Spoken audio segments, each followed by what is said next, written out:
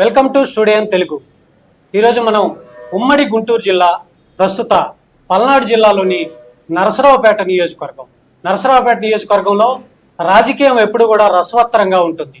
ఈసారి ఇద్దరు డాక్టర్ల మధ్య రాజకీయం యుద్ధంలాగా నడుస్తున్న పరిస్థితి అయితే ఉంది. ఒకవైపు డాక్టర్ చదలవాడ అరవింద్ బాబు, ఇంకోవైపు డాక్టర్ గోపిరెడ్డి శ్రీనివాసరెడ్డి.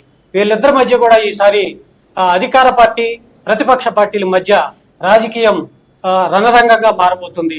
ప్రస్తుతం మనం ఈరోజు డాక్టర్ గోపిరెడ్డి శ్రీనివాసరెడ్డి గత 10 ఏళ్లుగా స్థానికంగా ఎమ్మెల్యేగా ఉంటూ ఎన్నో కార్యక్రమాలు చేసిన డాక్టర్ శ్రీనివాసరెడ్డి గారితో మనం ఉన్నాం. ఆయన అడిగి ఈరోజు ప్రత్యేక ఇంటర్వ్యూ ద్వారా ఈ నరసరావుపేటను ఎలా అభివృద్ధి చేశారు ఏంటనే దాని మీద కూడా మనం తెలుసుకునే ప్రయత్నం చేద్దాం. సార్ నమస్కారం. సార్ నమస్కారం. సార్, మీరు 10 ఏళ్ళు ఎమ్మెల్యేగా ఉన్నారు, ఒకసారి ప్రతిపక్షంలో ఉన్నారు, అధికార పక్షంలో ఉన్నారు. ఎలా ఈ 10 ఏళ్ళు మీరు నరసరావుపేటను ఎలా అభివృద్ధి చేశారు? 10 ఏళ్లలో మొట్టమొదటి 5 సంవత్సరాలు కూడా ప్రతిపక్షంలో ఉన్నాం. అప్పుడు కోడెల శివప్రసాదరావు గారు సత్తెనపల్లిలో గెలిచి స్పీకర్గా పనిచేస్తూ నరసరావుపేట కూడా ఆయన గతనం చేసేవాడు. 1+1 అధికార పార్టీ కదా, ఇది 2 కాన్స్టిట్యున్సీలు కోడెల శివప్రసాద్కి అప్పచెప్పారు. ఆ సమయంలో మమ్మల్ని ఏమీ కూడా చేయనివ్వలేదు. ప్రోటోకాల్ కూడా కనీసం స్పీకర్గా ఉండి ప్రోటోకాల్ కూడా ఫాలో పరిస్థితిలో. ఈ 5 సంవత్సరాల కాలంలో తప్పకుండా ఈరోజు నరసరావుపేటని జిల్లా కేంద్రంగా చేశాం. దాదాపు 65 సంవత్సరాల నుంచి కళ నరసరావుపేట జిల్లా కావాలని. ఒంగోలు జిల్లా ప్రకాశం జిల్లా ఏర్పడినప్పుడు ఒంగోలుని హెడ్ క్వార్టర్స్ చేయాలని చెప్పినప్పుడే ఆ రోజు నరసరావుపేట ప్రతిపాదనలో ఉండేది. కానీ అప్పటి నుంచి ఇప్పటి వరకు కూడా జిల్లా కాలేదు. ఇప్పుడు జగన్మోహన్ రెడ్డి గారు వచ్చిన తర్వాత ఈరోజు నరసరావుపేటని పల్నాడు జిల్లా కేంద్రంగా ఏర్పాటు చేసుకోవటం చాలా సంతోషంగా ఉంది. జిల్లా అయిన తర్వాత ఈరోజు కలెక్టర్, ఎస్పీ గారు, జిల్లా అధికారులు అందరూ ఇక్కడి నుంచే పరిపాలన చేయటం కూడా ప్రజలకి సౌలభ్యంగా ఈరోజు అందుబాటులో ఉండటం చాలా మంచి విషయం అని చెప్పి తెలియజేస్తాం. సార్, జిల్లా కేంద్రం అయిన తర్వాత అధికంగా ఈ నరసరావుపేటకి ఎలాంటి సౌకర్యాలు మీరు తేగలిగారు? జిల్లా కేంద్రం అయిన తర్వాత ఈరోజు ముఖ్యంగా కలెక్టరు, ఎస్పీ, జేసీ అట్లానే సంబంధిత జిల్లా అధికారులు అందరూ ఇక్కడికి వచ్చారు. ఈరోజు ఇంటిగ్రేటెడ్ కలెక్టరేట్ కాంప్లెక్స్కి ఆల్రెడీ గవర్నమెంట్ దాదాపు 120 కోట్ల రూపాయలు శాంక్షన్ చేసింది. దాని నిర్మాణం కోసం దాదాపు 34 ఎకరాలు సేకరించాం గవర్నమెంట్ స్థలం. అందులో ఈరోజు జిల్లా కేంద్రంగా అన్ని ఆఫీసులు ఇంటిగ్రేటెడ్ కాంప్లెక్స్లో వచ్చే విధంగా ఏర్పాటు చేయడానికి సిద్ధం చేశాం. అదేవిధంగా జిల్లా కేంద్రం అయిన తర్వాత ఈరోజు అనేక మంది ఈరోజు గుంటూరు వెళ్ళాలి, ఇక్కడికి వెళ్ళాలి, ఇవన్నీ లేకుండా స్పందన కార్యక్రమం బ్రహ్మాండంగా జరుగుతుంది. గుంటూరు కలెక్టర్ గారు అందుబాటులో ఉన్నారు, ఎస్పీ గారు అందుబాటులో ఉన్నారు. అనేక కార్యక్రమాలు చేశాం. ఈరోజు జిల్లా అధికారులు, డిస్ట్రిక్ట్ ఎడ్యుకేషనల్ ఆఫీసర్ కానీ, ఎన్విరాన్మెంటల్ కానీ, ఇండస్ట్రియల్ కానీ, డ్రగ్ ఆఫీస్ కొత్త ఆఫీస్ నిర్మాణం చేస్తున్నాం. డ్రగ్ ఆఫీసు కొత్తగా ఎలక్ట్రికల్ ఎస్సీ గారి ఆఫీస్ నిర్మాణం చేయబోతున్నాం. ఫారెస్ట్ డిపార్ట్మెంట్ నిర్మాణం చేస్తున్నాం. ఈ విధంగా వివిధ ఆఫీసులన్నీ కూడా ఇక్కడ ఎస్టాబ్లిష్ అవడం వలన భవిష్యత్తులో ఈరోజు ఒక బీజం వేసాం, ఒక బీజం విత్తనం నాటాం. దీన్ని మహావృక్షంగా తయారవడానికి ఈరోజు అవకాశం ఉంది. అట్లానే భూముల వాల్యూ పెరిగిపోయినాయి, ప్రజలు హ్యాపీగా ఉన్నారు, సంతోషంగా. సార్, ఇప్పటి వరకు పురపాలక సంఘంగా ఉంది నరసరావుపేట. దీన్ని కార్పొరేట్ చేయడానికి మీరు ఏమైనా ప్రయత్నాలు చేశారా? తప్పకుండా ఈ కార్పొరేషన్ చేయడానికి జనాల ప్రతిపాదన, ఏ గ్రామాలు విలీనం చేయాలి, ఏ గ్రామాలు మనం ఈ మున్సిపాలిటీలో కలిపినప్పుడు కార్పొరేషన్ అవుతుంది. ఆ విధంగా కూడా వర్కౌట్ చేస్తున్నాం. ఖచ్చితంగా కార్పొరేషన్ చేయడానికి కొంచెం ప్రతిపాదన పెట్టి చేయడానికి ఈరోజు ఏర్పాటు చేస్తాం. సార్, కోటప్పకొండని ఇంతకుముందు కోడెల గారు అభివృద్ధి చేశారని జనాలు బాగా చెప్పుకున్న పరిస్థితి. మీరు వచ్చిన తర్వాత కోటప్పకొండని పూర్తిగా వదిలేశారు, గోపిరెడ్డి గారు ఏం చేయట్లేదు అని చెప్తున్నారు. దీని మీద మీరేమన్నారు? తప్పండి. నేను వచ్చిన తర్వాత దాదాపు 38 కోట్ల రూపాయలతో కోటప్పకొండను అభివృద్ధి చేశాం. నరసరావుపేట నుంచి కోటప్పకొండకి డబుల్ రోడ్ వేసాం. దాదాపు 17 కోట్ల చిల్లరతో ఈ రోడ్డు అంతా కూడా వైడెన్ చేపించి యలమందు దగ్గర 100 సంవత్సరాల క్రితం నిర్మించిన లో లెవెల్ బ్రిడ్జిని ఇప్పుడు బ్రహ్మాండంగా బ్రిడ్జి నిర్మాణం చేశాం.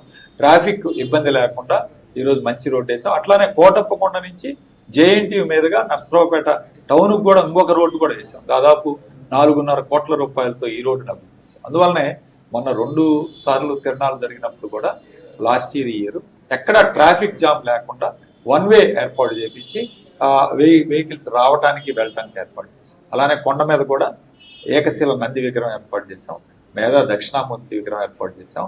ఈరోజు గుడిలో చుట్టూ షెడ్లు నిర్మాణం చేసాం. అన్నదాన మండపం దాదాపు 2 కోట్ల రూపాయలు పెట్టి అన్నదాన మండపం ఏర్పాటు చేసాం.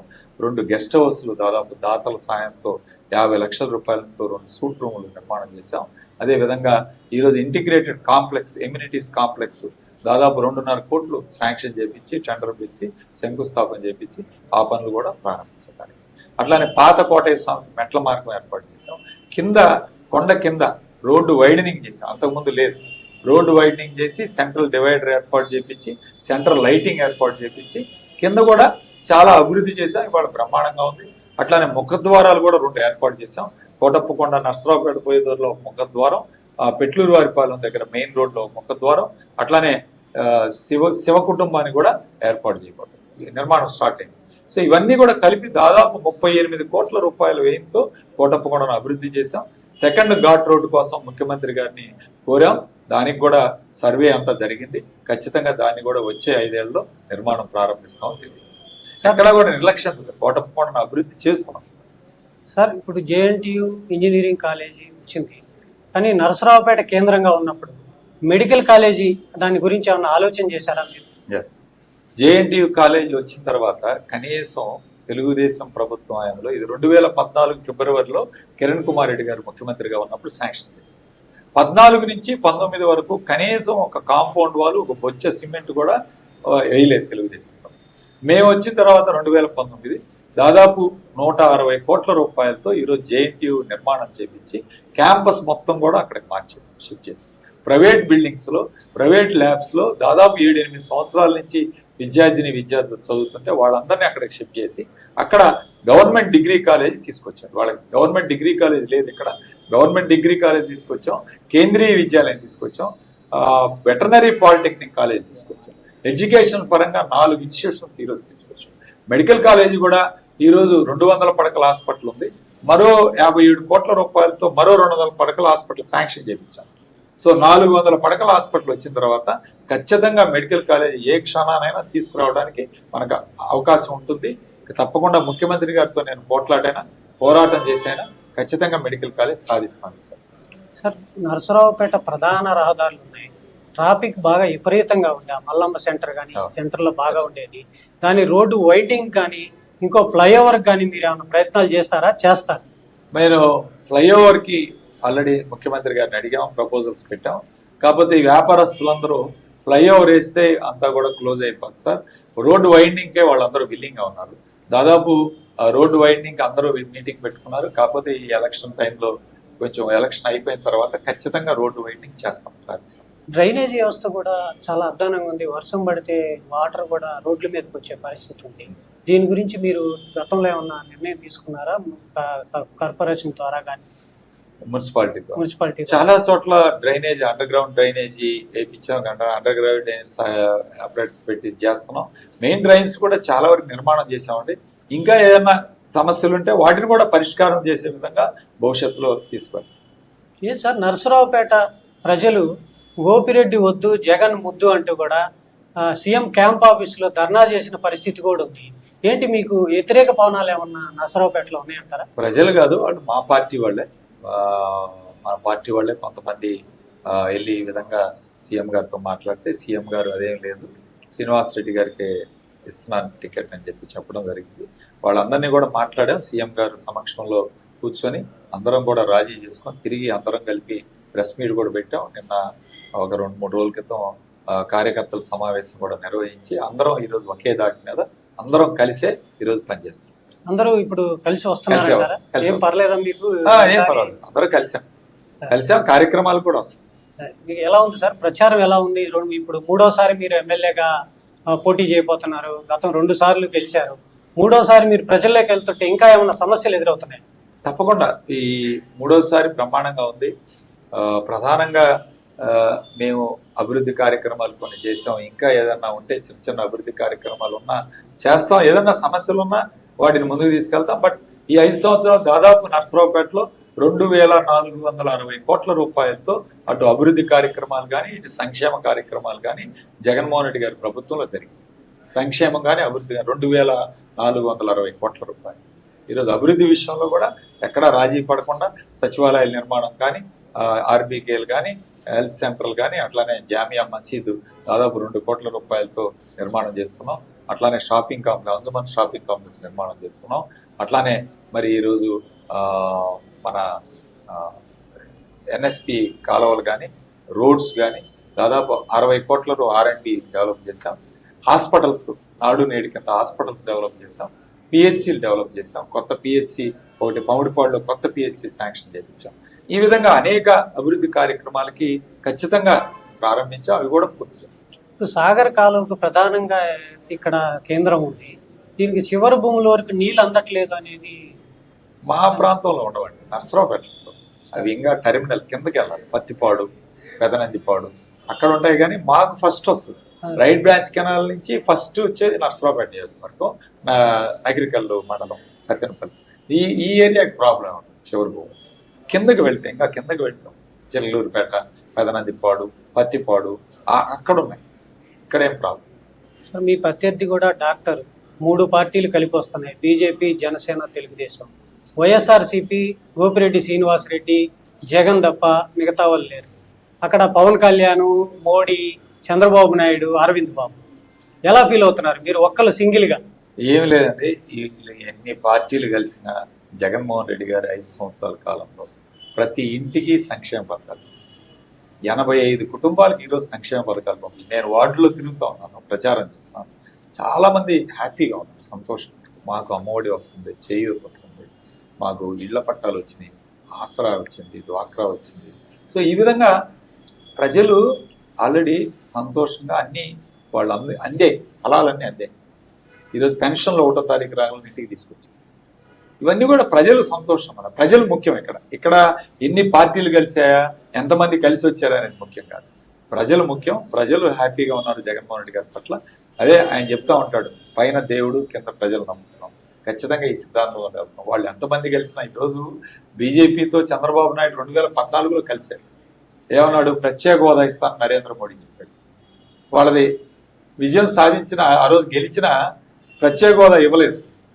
ఈరోజు మళ్ళీ 2019లో తిట్టాడు, నరేంద్ర మోడీ ఎవరండి, ఇతనికి భార్య లేరు, పిల్లలు లేరు, ఈయన ప్రజల కష్టాలు ఏం తెలుస్తాయి ఈయనకి, ఈయన దేశాన్ని నుంచి పారదోలాలని ఇదే చంద్రబాబు నాయుడు మాట్లాడారు.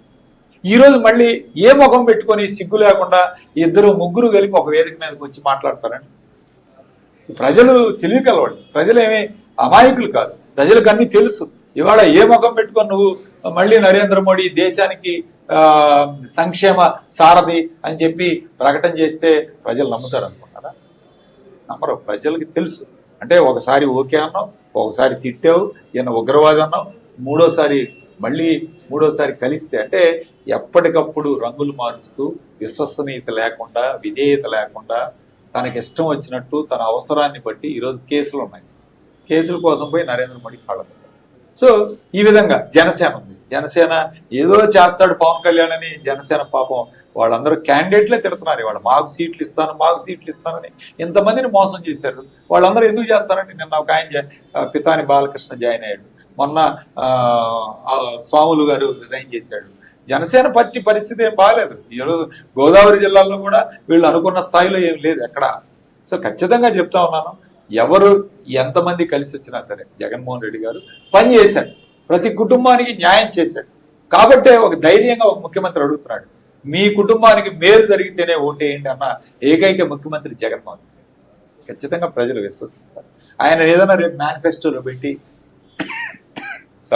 ఒక హామీ ఇస్తే ఖచ్చితంగా నమ్ముతారు. అదే చంద్రబాబు నాయుడు నమ్ముతారా చెప్పండి? నమ్మరు. అది జగన్మోహన్ రెడ్డి గారి పట్ల ఉన్న విశ్వసనీయత.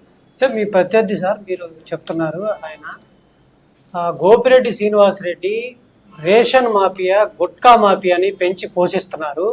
గోపిరెడ్డి అంటేనే గుట్కా మాఫియాలాగా తయారైంది, నరసరావుపేట అద్దానంగా తయారైంది అని చెప్పి చదలవాడు అరవింద్ బాబు చెప్తున్న పరిస్థితి ఉంది. దీనికి మీరేమంటారు? ఆయన ఎప్పుడు మేము అంటూ ఉంటాం అబద్ధాలు అరవింద్ బాబు అంటే అబద్ధాలు చెప్పడంలో గొప్ప. ఆయన ప్రాక్టీస్లో కూడా ఈ అబద్ధాలు, కాళ్ళలోకి రాడ్ వేసాను అంటాడు, ఆ రాడ్ ఉండదు, వాళ్ళని మోసం చేస్తాడు, మాయ చేస్తాడు. ఎంతమంది పేషెంట్లు మేము చూసాం నాకు తెలుసు. నేను కూడా orthopedic doctor. But I don't want to go into his private practice అంటారు. బట్ ఆయన వ్యక్తిత్వాన్ని గురించి చెబుతున్నాను. నిత్యం అబద్ధాలు చెప్పే వ్యక్తి ఆయన. మా డాక్టర్ నన్నే కాదు, మీరు ఎవరైనా ఆర్థోపెడిక్ డాక్టర్లు గుంటూరులో ఉన్నవాడు కూడా కనుక్కోండి. ఇలా ప్రజల్ని మోసం చేసే వ్యక్తి. ఒక మాట మీద ఇదే కాదు. సో ఆయన ఎప్పుడు కూడా గుడ్డగాల్చి మా మీద వేస్తుంటాడు. ఏది రేషన్ బియ్యం గుట్కాలు అనేవి మాకు అసలు ఎప్పుడు కూడా ఎవడు ఏం చేసినా అరెస్ట్ చేసి లోపల పడేయించాం. ఏ వ్యాపారం చేయలేదు. ఇలాంటి అసత్య ఆరోపణలు, భూములు ఏదో ఆక్రమించుకున్నాడు విజయవాడలో అలాగానే ఒక ప్రెస్ మీట్ పెట్టాడు, సర్వే నెంబర్ పెట్టి. అవన్నీ సాక్ష్యాలతో నేను చూపించాను. ఇంతవరకు సమాధానం లేదు. పచ్చి అబద్ధాలు చెప్తాడు, పచ్చి మోసం చేస్తాడు. మళ్ళీ ఇవే కాకుండా ఈ ఈనాడు పత్రిక పనిగట్టుకుని మా కుటుంబాన్ని కూడా ఈరోజు లాగి ఏదో చేయాలని చెప్పి చేస్తా ఉన్నారు. ఈ తప్పుడు ఆరోపణలు తీవ్రంగా ఖండిస్తున్నాం. మీరు ఎన్నికల్లో గెలవాలంటే ప్రచారం చేసుకోండి, పథకం ఏదన్నా వాళ్ళకి ప్రజలకి సర్వీస్ చేయండి, గెలవండి. అంతేగాని ఈ విధంగా రాతలు రాపించి ఈనాడు ఇలా ఎల్లో మీడియాలో రాపించి ఈ విధంగా కుటుంబాన్ని కూడా మాట్లాడటం అనేది తప్పు. దీన్ని తీవ్రంగా ఖండిస్తాం. గోపిరెడ్డి విజయ అవకాశాలు ఈసారి ఎలా ఉండబోతున్నాయి? సంక్షేమ పథకాలు మెయిన్గా మీరు ఫోకస్ చేశారా, లేక ప్రజల్లోకి వెళ్ళి, అంటే నేను ప్రతి ఇంటికి 6 సార్లు తిరిగానంటున్నారు, మీరు ఎన్నిసార్లు తిరిగి ఉంటారు ప్రతి ఇంటికి? ప్రతి ఇంటికి కనీసం 5 సార్లు తిరుగుతాను. ప్రతి ఇంటికి వెళ్ళాను, ఎక్కడా వదిలిపెట్టే కార్యక్రమం అన్నీ చాలాసార్లు తిరిగాను.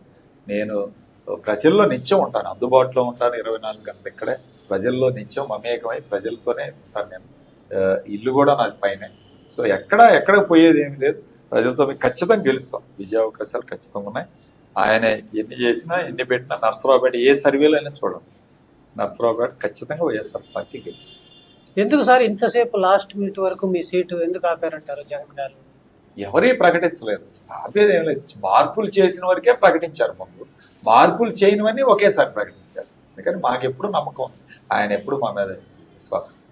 ఖచ్చితంగా ఈసారి అరవింద్ బాబు గారు చెప్తున్నారు, గోపిరెడ్డి శ్రీనివాసరెడ్డి హ్యాట్రిక్ ఖచ్చితంగా బ్రేక్ చేస్తామంటున్నారు. మీరు హ్యాట్రిక్ కొట్టబోతున్నారా? సరే, నేను హ్యాట్రిక్ కొట్టబోతున్నాను. ప్రత్యర్థులు ఏ విధంగా గెలుచుకోవాలని, గెలవని చెప్పకపోతే ప్రజల్లో విశ్వాసం కోల్పోతారు, ప్రజల్లోకి వెళ్ళరు, కార్యకర్తల విశ్వాసం. ఖచ్చితంగా హ్యాట్రిక్ కొట్టబోతాను. నర్సరావుపేట పల్నాడు జిల్లాలో మొట్టమొదటి గెలిచే నర్సరావుపేట. సార్ 2014లో మీరు ఎమ్మెల్యేగా ఉన్నారు, తెలుగుదేశం పార్టీ అధికారంలోకి వచ్చింది. 2019లో మీరు గెలిచారు, అధికారంలోకి వచ్చింది. ఏంటి సార్ కోడెల కుటుంబం పెత్తనం ఏంటి ఇక్కడ? మీరు కదా ఎమ్మెల్యే. 2014 నుంచి 19 వరకు కోడెలకు అదే చెప్పాను కదా, ఆయన స్పీకర్ గా ఉండటం, చంద్రబాబు నాయుడు తోటి ఉన్న సత్సంబంధాల వలన 1+1 ఆఫర్ ఇచ్చాడు. ఆయన ఆ కాన్స్టిట్యున్సీ ఈ కాన్స్టిట్యున్సీ రెండు దోసుకోవడానికి అవకాశం ఇచ్చారు. వాళ్ళు 5 సంవత్సరాలు పరిపాలించారు. గతంలో ఎంతో మంది ఈ నియోజకవర్గం నుంచి కాసు బ్రహ్మానంద రెడ్డి గారు కావచ్చు, కాసు వెంకటకృష్ణారెడ్డి గారు కావచ్చు, కోడెల శివప్రసాద్ గారు, ఇంకో చౌదరి గారు, వీళ్ళందరూ కూడా స్పీకర్లు అయ్యారు, ముఖ్యమంత్రి అయ్యారు, మంత్రులు అయ్యారు. ఈసారి గోపిరెడ్డి శ్రీనివాసరెడ్డి గెలిస్తే నరసరావుపేటలో ఆ చరిత్రలోనే మీరు కూడా మంత్రిలాగా నిలవబోతున్నారా? తప్పకుండా అనుకుంటున్నాను. హ్యాట్రిక్ 3వసారి కాబట్టి 3వసారి తప్పకుండా అవకాశం వస్తుందని భావిస్తున్నాను. అదంతా మా అధినాయకుడు జగన్మోహన్ రెడ్డి గారి అభిష్టం మేరకు నడుచుకుంటాం. సార్, పల్నాడు జిల్లాలో రాజకీయ హత్యలు ఎక్కువ జరిగినాయి. రాజకీయంగా టీడీపీ వాళ్ళని దాదాపు 11 మందిని చంపారు, ఎంతోమందిని వెంబడించి చంపారని చెప్పి టీడీపీ వాళ్ళు చెప్తున్న పరిస్థితి ఉంది. నరసరావుపేటలో కూడా కొన్ని సందర్భాల్లో ఆయన రోడ్ల మీదకి వచ్చి ధర్నాలు కూడా చేసిన పరిస్థితి ఉంది. ఇది ఏమన్నా మీకు ఏమన్నా మైనస్ అవ్వచ్చు అంట? ఏమి లేవండి. నరసరావుపేటలో బాలకోటి రెడ్డి అనే అతని మీద ప్రముచర్ల మండలంలో హత్య జరిగింది. అది చేసింది కూడా వాళ్ళ మేనల్లుడు.